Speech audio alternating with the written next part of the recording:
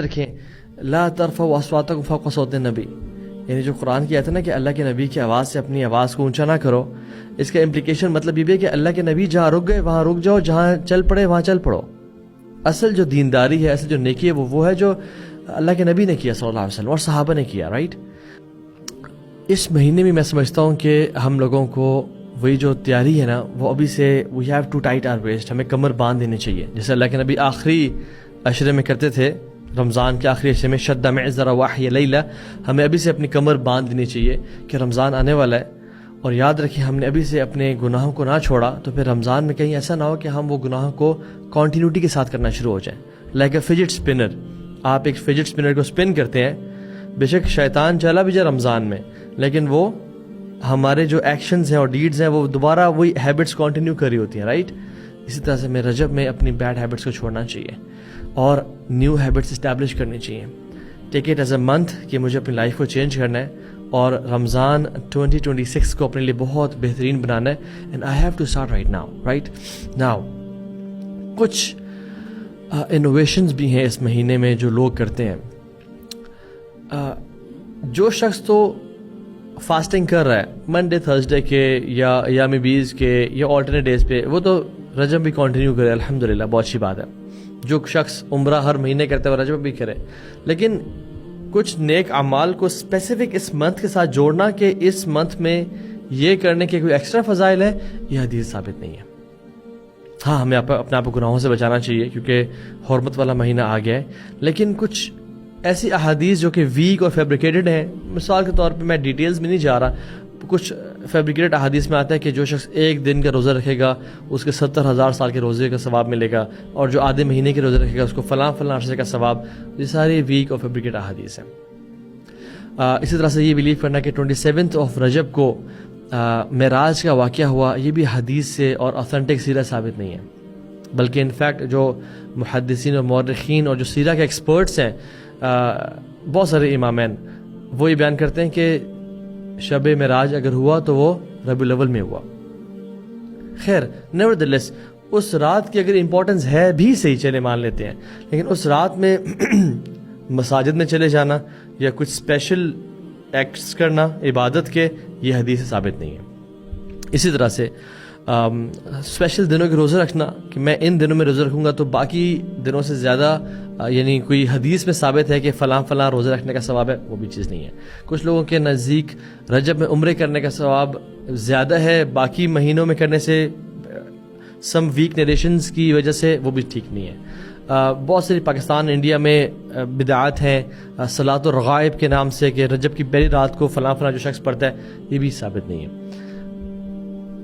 تو وہ کام کریں جس پہ اللہ کے نبی کی مہر ہے۔ یاد رکھیں، ایک بات سمجھ لیں، وہ عمل قبول کر دیا جاتا ہے جس میں 2 شرائط ہوں، نمبر 1 نیت اچھی ہو، اور نمبر 2 اس پہ رسول اللہ صلی اللہ علیہ وسلم کی مہر ہو۔ اگر ایک عمل سنت کے مطابق ہے لیکن نیت ٹھیک نہیں ہے، رد کر دیا جائے گا، اور ایک عمل کی نیت بہت خالص ہے لیکن سنت کے مطابق نہیں ہے، وہ بھی رد کر دیا جائے گا، ریجیکٹ کر دیا جائے گا۔ من عمل عملا لیس علیہ امرنا فہو رد، جو شخص جس طرح کا عمل کرتا ہے یا کوئی بھی ایکشن کرتا ہے جو اللہ کے نبی کے عمل اور حکم کے مطابق نہیں ہے تو وہ رد کر دیا جائے گا۔ نیت کا ہونا خالص بہت ضروری ہے، لیکن اس کے ساتھ ساتھ سنت کا ہونا بھی ضروری ہے۔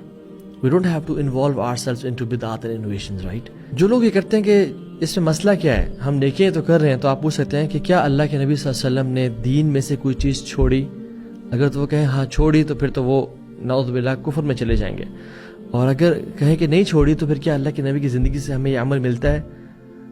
اگر تو ملتا تو کر لیں، اگر نہیں ملتا تو چھوڑ دیں اس کو، کیونکہ یاد رکھیں لا ترفعوا اصواتکم فوق صوت النبی، یعنی جو قرآن کی آیت ہے نا کہ اللہ کے نبی کی آواز سے اپنی آواز کو اونچا نہ کرو، اس کا امپلیکیشن مطلب یہ بھی ہے کہ اللہ کے نبی جہاں رک گئے وہاں رک جاؤ، جہاں چل پڑے وہاں چل پڑو۔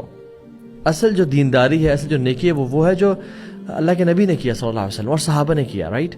تو ہمیں ٹرینڈس کو فالو نہیں کرنا، بٹ یہ بھی ہے کہ آپ مسلمان بہت سی ٹرینڈز فالو کرتے بھی ہیں، انوویشنز، ان کو سمجھائیں، بتائیں ایسے طریقے سے، but don't fight over these issues. قطع تعلق ہی نہ کر لیں، گالی گلوچ تک نہ پہنچ دیں، صلہ رحمی کو بالکل اس کا جو ہے نا، لوگ کیا کرتے ہیں کہ ان معاملات کی بیس پہ اپنے کزن یا کوئی چاچو خالو یا کوئی چیز، اگر کوئی انسان ایسے ایکٹ کر بھی رہا ہے سمجھا دیں, بتا دیں, دیٹس اٹ. بٹ اس میں ایسا کہ ہم آج کے بعد آپ کا چہرہ نہیں دیکھیں گے, ہم آج کے بعد آپ سے بات نہیں کریں گے, ہم آج کے بعد آپ لوگ فلاں کیٹیگری کے لوگ ہیں. دعوت دیں, دعا کریں, طریقے سے ان کو بتائیں, سمجھائیں, لیکن اس کا مطلب یہ نہیں ہے کہ آپ فیملی ریلیشنز کو کٹ آف کر دیں. سو ان کنکلوژن, ہم ایک بہت بابرکت مہینے میں ہیں. اس مہینے میں رمضان کی تیاری شروع کر دیں. خاص طور پہ یہ سوچیں کہ میں نے گناہ بالکل نہیں کرنے, ویسے بھی گناہ نہیں کرنے, اور اللہ تعالیٰ کے نظر میں گناہ بہت سنگین ہے, لیکن اس منتھ پہ تو خاص گریوٹی بڑھ جاتی ہے ان گناہوں کی. اور سنت کے مطابق عمل کریں. ہاں اگر آپ تہجد کی نماز پڑھتے ہیں تو کنٹینیو کریں, روزے رکھتے ہیں کنٹینیو کریں, نیکیاں کنٹینیو کریں, بٹ اس مہینے میں یہ سمجھ کے کرنا کہ کسی حدیث سے ثابت ہے کوئی ایکسٹرا ایکشن کرنا, تو وہ چیز ثابت نہیں ہے. ڈیفینیٹلی اپنے آپ کو مزید عبادات پہ تو ہمیں ہر مہینے میں بڑھانا چاہیے, اور اپنے آپ کو انکریز کریں انشاءاللہ. اور اللہ تعالیٰ سے دعا ہے اللہ تعالیٰ ہمیں رمضان دیکھنے کی توفیق دے, اور ہمیں ہر قسم کی انوویشن سے بچنے کی توفیق دے. کیوں؟ کیونکہ اللہ کے نبی صلی اللہ علیہ وسلم ایک دفعہ گھر پہ نہیں تھے, تو کچھ صحابہ, 3 صحابہ آئے, ام المومنین سے پوچھا کہ اللہ کے نبی صلی اللہ علیہ وسلم کی عبادات کیسی ہیں, تو انہوں نے بتائیں. تو ان صحابہ نے کہا کہ اللہ کے نبی کے تو اگلے پچھلے گناہ معاف ہیں صلی اللہ علیہ وسلم, آپ کے تو اگلے پچھلے گناہ معاف ہیں, آپ تو کمانڈنٹ بھی ہیں, ہسبینڈ بھی ہیں, بہت سارے معاملات ہیں, تو ہم ذرا آگے بڑھ کے کچھ کرتے ہیں. تو ایک صحابی نے کہا میں کبھی شادی نہیں کروں گا, اور میں اللہ تعالیٰ کے دین کے لیے اپنے آپ کو وقف کر دوں گا. ایک نے کہا کہ میں آج کے بعد کبھی روزہ افطار ہی نہیں کروں گا, یعنی میں روزانہ روزے رکھوں گا, right, every single day I will fast. تیسرے نے کہا کہ میں رات کو پھر آرام ہی نہیں کیا کروں گا, اور میں ساری رات تہجد پڑھا کروں گا, کیونکہ ڈیفینیٹلی ہمیں آگے بڑھ چڑھے کرنا چاہیے.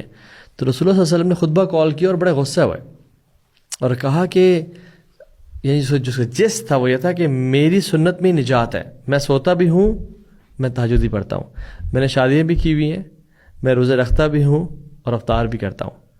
تو اصل چیز ہے کہ من عمل عملا لیس علیہ امرنا فہو رد, جو اللہ کے نبی کی لائف سٹائل کے مطابق چیز نہ بھی وہ رد کر دی جائے گی. اللہ تعالیٰ سے دعا ہے کہ اللہ تعالیٰ ہمیں رمضان دکھائے, ہمارے گناہوں کو معاف فرمائے, ہمیں توفیق دے, اور یاد رکھیں اللہ سے توفیق کا سوال کیا کریں کثرت سے, یا اللہ ہمیں توفیق دے, نیکیوں کی توفیق دے. اللہم انی اسألک فعل الخیرات و ترک المنکرات و حب المساکین ان تغفر لی و ترحمنی.